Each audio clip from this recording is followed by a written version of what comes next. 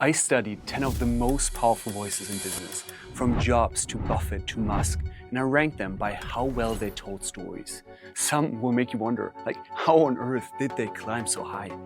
While others remind you why storytelling is the most powerful skill in business. Let's start with the first one. Check out this short story and see where you'd rank him. But I called up Bill Hewlett when I was 12 years old, and he lived in Palo Alto. His number was still in the phone book.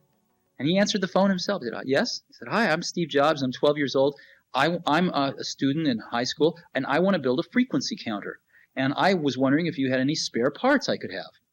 And he laughed, and he gave me the spare parts to build this frequency counter, and he gave me a job that summer in Hewlett-Packard, working on the assembly line, putting nuts and bolts together on frequency counters. He got me a job in the place that built them. Most people never pick up the phone and call. Most people never ask. And that's what separates sometimes the people that do things from the people that just dream about them.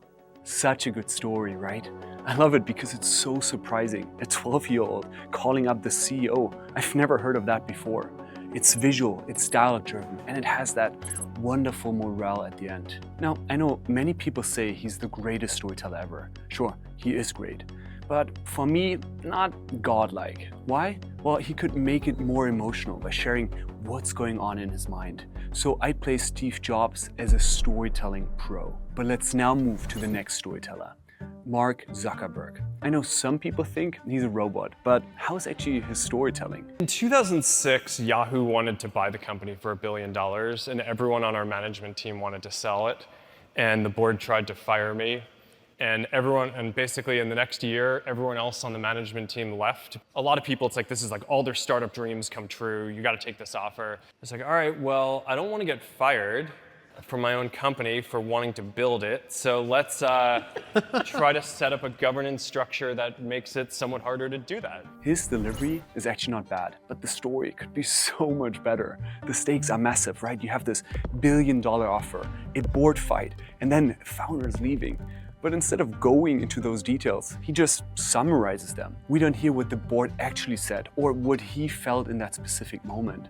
It's such a shame, because that story could be an incredible one. With that in mind, I'd place Mark Zuckerberg here, the reporter.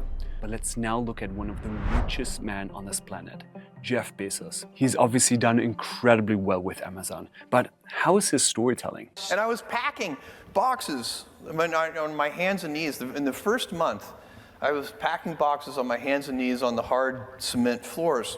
And with somebody else standing next to me, kneeling next to me, we're packing. And I said, you know what we need? Knee pads. This is killing my knees. And this guy packing alongside me said, we need packing tables. And I was like, oh, that's the most brilliant idea I've ever heard.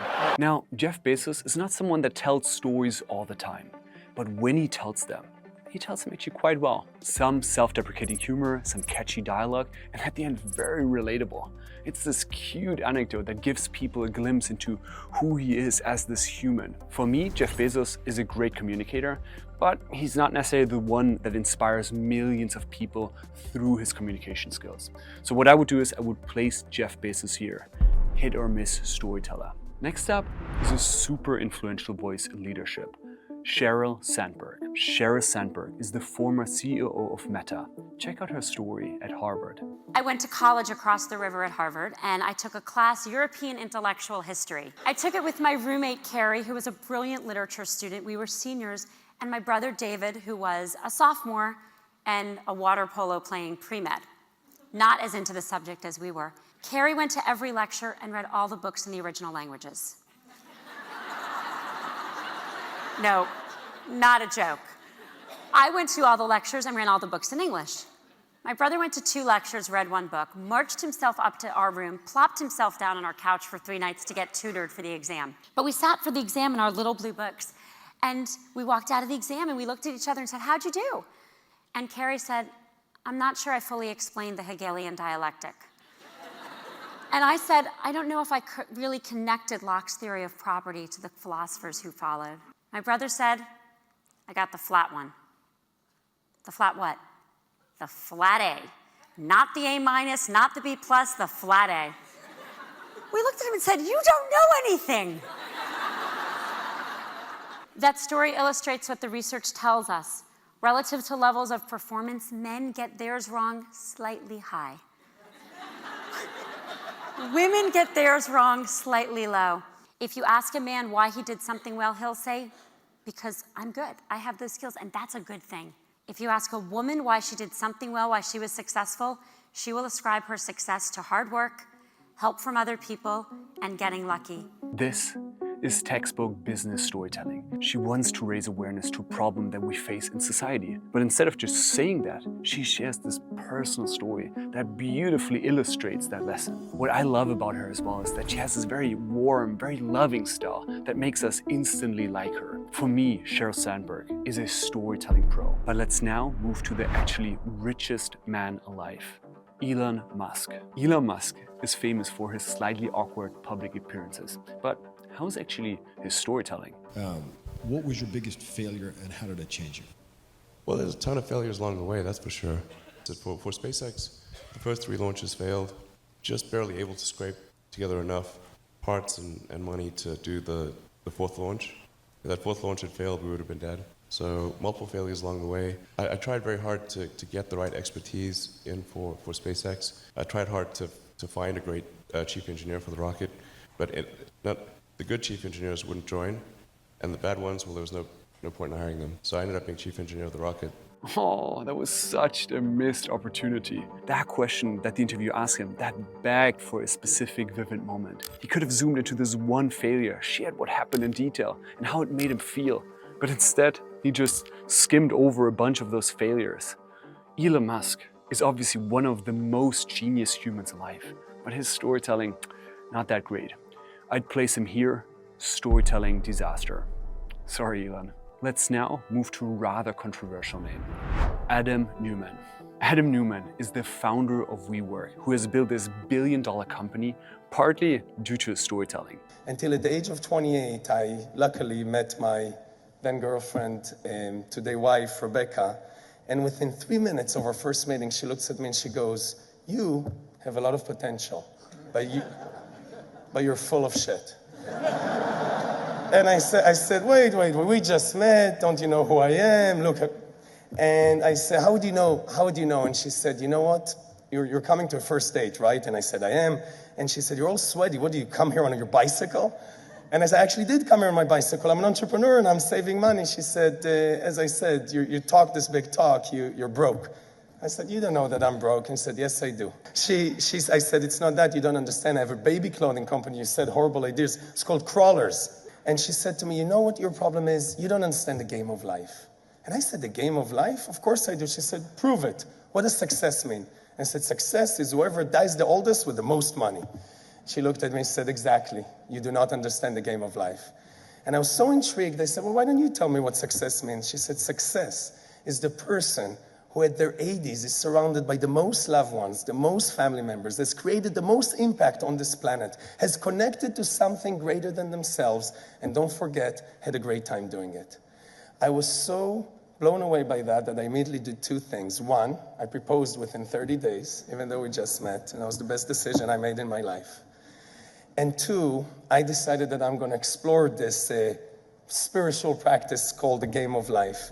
Adam is magnetic, right? Dialogue is so funny, his energy is just contagious, and you walk away remembering his key message. But I've seen a few of his stories. They're great, but sometimes he has the tendency to get lost in those random tangents. This is why I'd place Adam Neumann here, a natural storyteller. As we're already talking about controversial but quite influential leaders, we gotta include the next one, Travis Kalanick.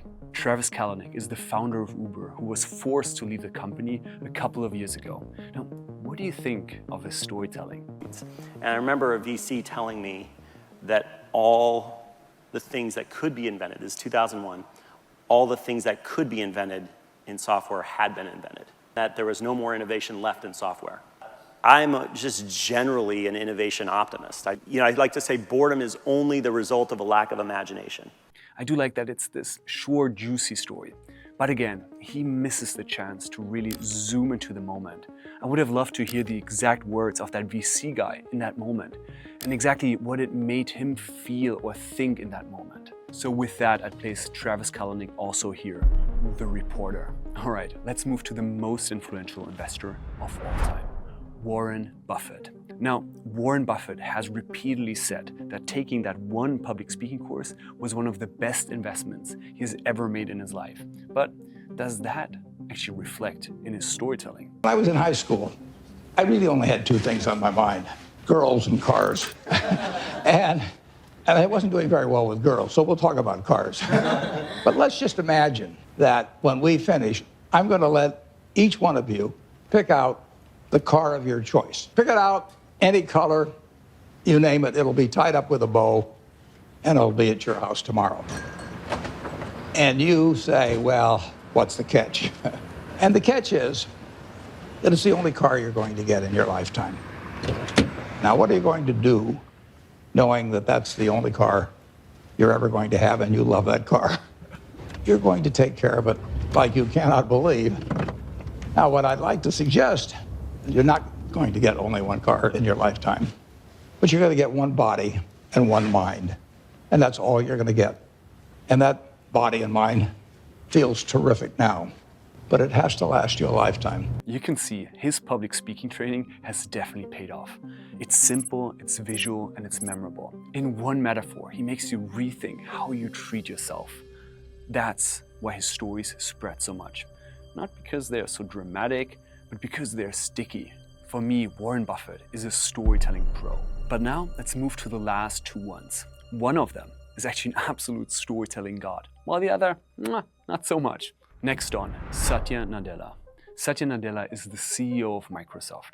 Check out his story. When you joined Microsoft, what was it like to interview at Microsoft in 1992? Interview was one of those classic Microsoft at that time. Man, I tell you, the interviewing nowadays is a little better, right? At least you got to sort of do your lead code or whatever, as opposed to that thing was go on the blackboard and whiteboard and then do your thing. And I remember that, and somehow I got through it. But the last interview question, which I've written about, which was the worst, is the one person's name. It's never in the sheet, except you show up in their office at the very end, and then that means like you probably are making it. And this guy's last question to me, well, I'll never forget, right?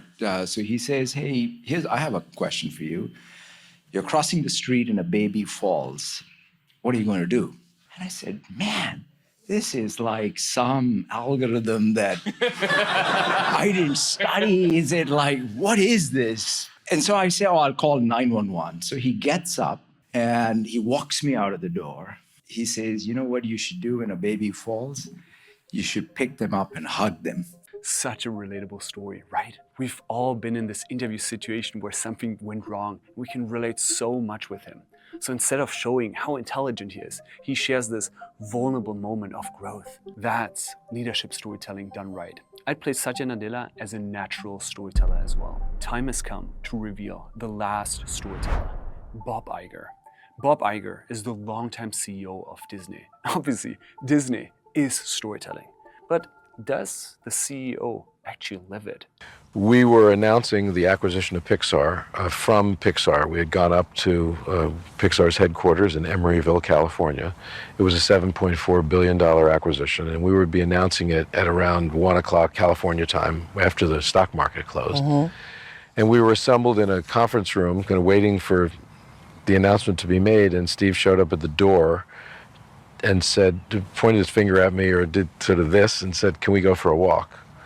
And I thought, oh, this can't be good. He wants to get out of the deal, or he wants more money, or he wants something. I just thought, hey, why would he want to go for a walk with me on the brink of making this gigantic announcement? And we went for a walk. The Pixar campus, this beautiful campus with beautiful walking paths, and there was a bench. The two of us sat down, and he put his arm behind me on the bench. I thought, this is very interesting. I wasn't close with him at this point. I was getting close. Yeah. And he said, I'm going to tell you something that only my doctor and my wife knows. Whoa. And he had had cancer a few years earlier. It was announced, and he was operated on, and he declared himself cured. It was a form of pancreatic cancer that was operable. And this was a few years after that. And nothing had been said more about his illness or about his medical condition because it was assumed. He said, I need you to know my cancer has come back. He gave me some details. And I said, why are you telling me this? And he said, I'm giving you a chance to get out of the deal. I said, get out of the deal. And I looked at my watch. There was a clock ticking at this point because we had announced a press conference, and we were going kind of live to the world to tell everybody about this deal. And I thought, my goodness, in less than an hour, we have to tell everybody this, and what am I going to do? I had no idea what my responsibilities were. He was becoming a member of the board and our largest shareholder, even though we were buying Pixar. We weren't buying Steve Jobs. And I said, you need to tell me more, and he told me that he had a 50-50 chance of living for 5 years. And I think I even asked, give me some more perspective. And he said, my son is in high school, is going to graduate in 4 years. I'm going to be at his graduation. My son Reed. I thought, wow, there's something very powerful in that statement, that he's so determined to live. And it was very meaningful to me. And it came so from deep within him. And I could tell he was emotional about it. And I said, look, I have no idea what my legal responsibilities are here. You have my word, I won't tell people. I don't really know what the right thing to do here is from a corporate perspective, but my sense is that we should go through with this. I'm not going to back out. I appreciate the opportunity. This is a storytelling masterclass. You can see the walk, you can hear the conversation, you can see what's going on in his mind, you can even feel the clock ticking. That is storytelling at its best. For me, Bob Iger is a storytelling god. But hey, I know some of you might rank those people a bit different. Where would you actually place the 10 that you've just seen? Let me know in the comments below. Today, we talked about the best storytellers in business. Those storytellers, they don't rely on talent, they rely on technique. So if you want to train that storytelling muscle, check out this next video. We'll show you how to tell unforgettable stories in any situation. See you there.